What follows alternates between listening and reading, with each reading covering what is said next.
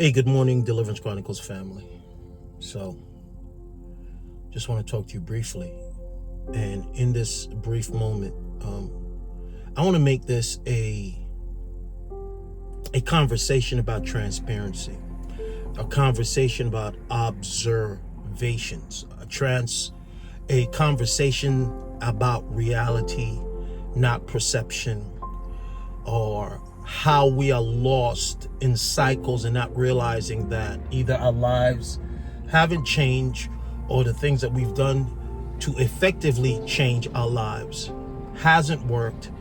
And because we have such a short memory and we don't take stock, we don't realize that some of the things that are promised to us from a political perspective have never come to pass. And the very people who are promising these things are the enemy of our communities. So let's start with me being transparent. I'm a 54-year-old male, and before I'm anything, I'm a Christian.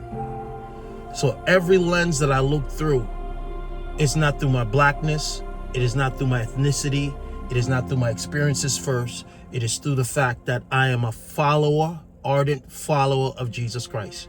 Now, as a minister of the gospel, as a person that has been operating in ministry for, 15 years, I'm not saying that I'm perfect.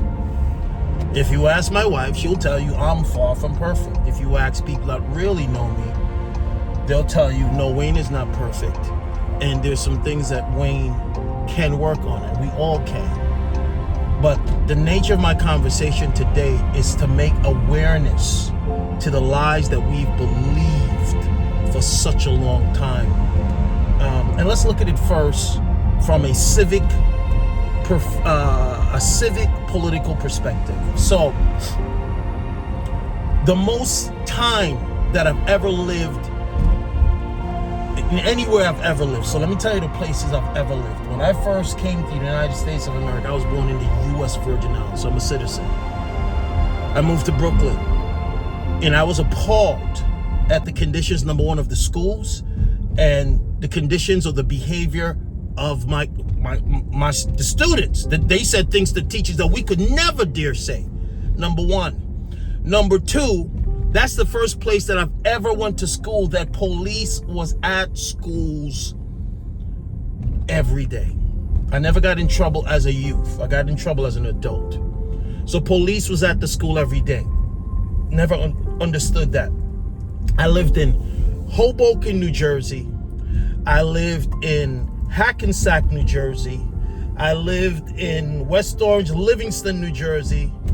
And I dated somebody that lived in Irvington, New Jersey, where both our cars were stolen, broad daylight. And it wasn't from the white man, okay? And now I've lived in Washington, D.C. Hold on, this camera's moving. I've lived in Washington, D.C. I've lived in Laurel, Maryland. I've lived in Baltimore, Maryland. For a summer, I lived in Atlanta, and I spent extensive time in Houston, Texas. Now, I've traveled all over the country. I've been to Iowa, Oklahoma, Texas, Nebraska, Utah, Colorado, you name it. I've been to all of those places. And first, talking about my living experiences, every city I've ever lived in, or every state I've ever lived in for any extensive period of time, was a blue state. Blue governance, blue experiences, blue taxes, blue crime, right? And so the very people in the communities that I've lived in, during the times that I've lived in them, claim that they or their policies were going to be beneficial to me and everybody that looked like me. And from my experience, it has never worked. It has never changed. It has only made things worse. Right? Now, the transparent part that I wanted to discuss with you this morning is being a married man and not having biological children, just so you know, has bothered me over the years, because I love children. I love my nieces. I love babies. I love having the experience of giving a part of me that is beneficial to another human being that is seeking instruction. To the glory of God, God has given me all kinds of kids.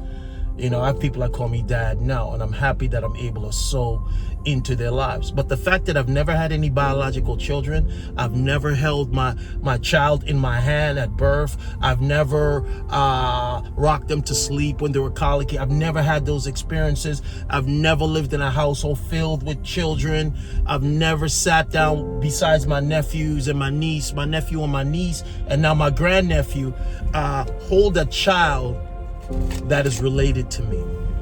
And as a man that loves children, that has been bothersome to me. But glory to God, God is a healer, he is a deliverer. I'm being transparent this morning. And at the same time, I'm a man that has paid for abortions.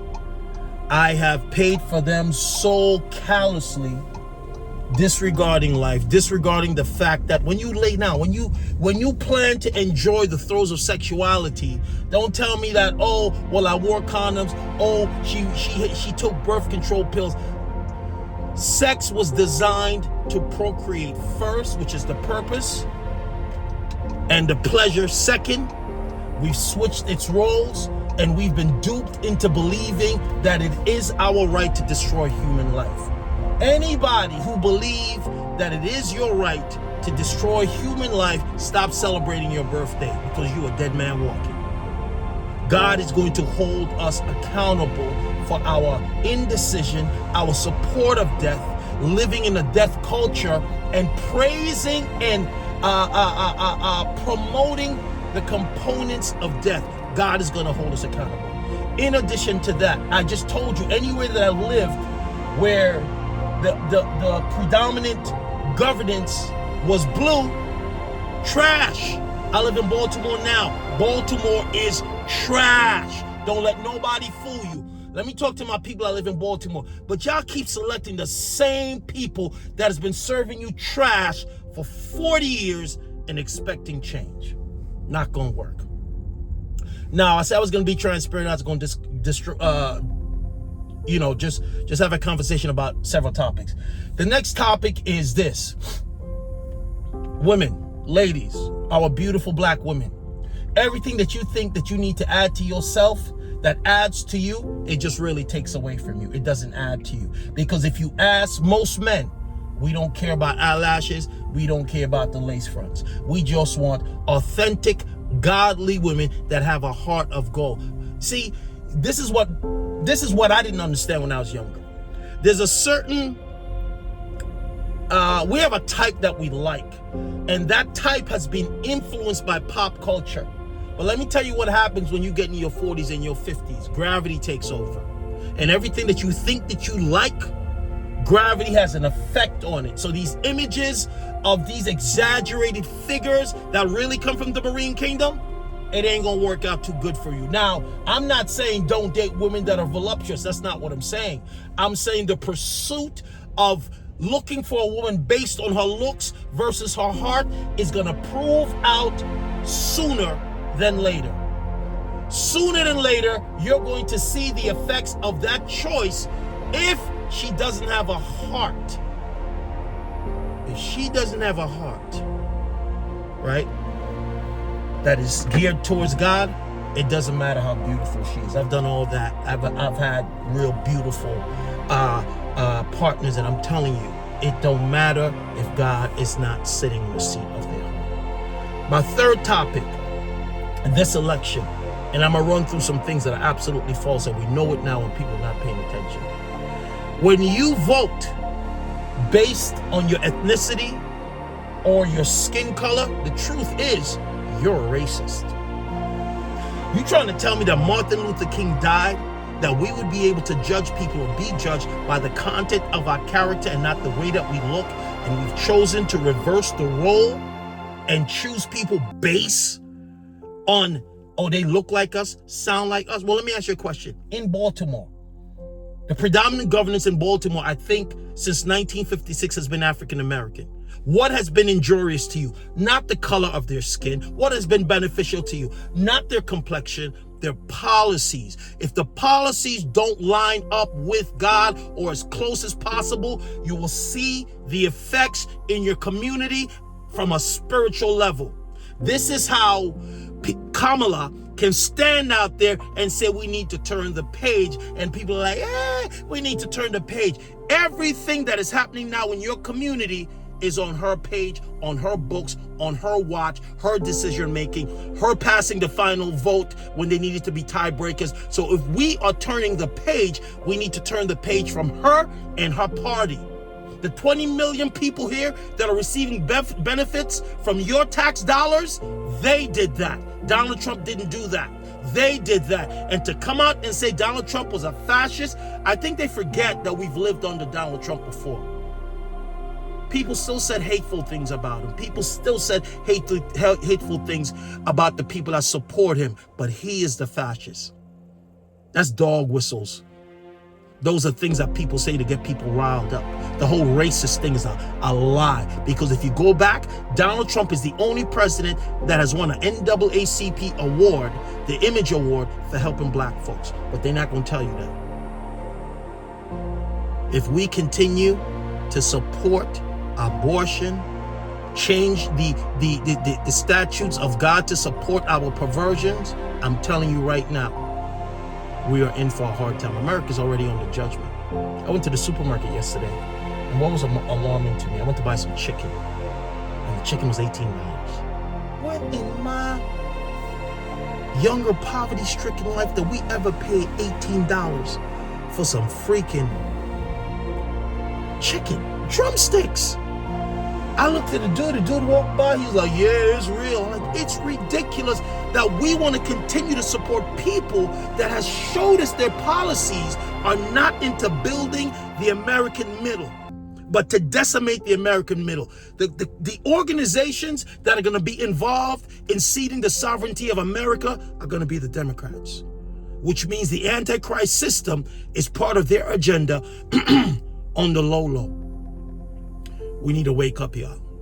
Stop voting because of I've always done this. It's time for a change. It's like going to a restaurant where the food is bad. You don't continue to go to the restaurant when the food is bad. So why are we going to continue to eat this garbage they serving us as rhetoric and policies that have no legs? Policies that make situation worse, makes your life difficult.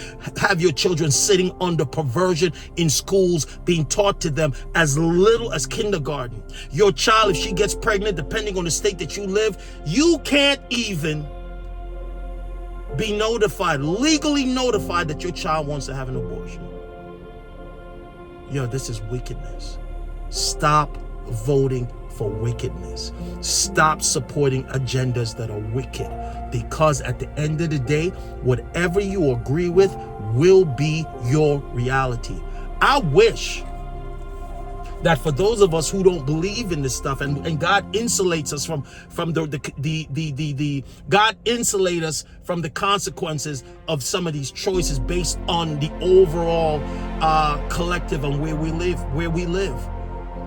But I wish that we could be completely insulated from these choices to choose death and to choose murder and to choose perversion and to choose Asmodeus and to choose Molech and to choose Baal and to choose Jezebel. Glory to God that he protects us. Living in a state like Maryland that wants to be a stop for people who want to have abortions, or supporting an organization that did abortions, infanticide, blood sacrifices outside of their convention, because that's what it is. It's a blood sacrifice. And I'm not pointing the fingers because I paid for that too. Right?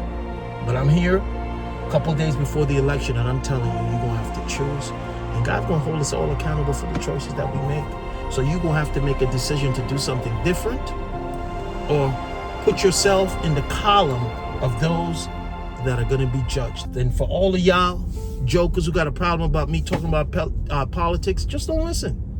Watch every other video but this. But this video is addressing the spirituality of our choices, deception, and a little bit of transparency about me, so you understand where I am on these topics, and I'm not trying to put regulations or things on people that I'm not willing to live under. Because God's gonna hold me accountable, because He has made me His mouthpiece. And I just want to bless everybody today and say thank you for hearing me out. God bless you all.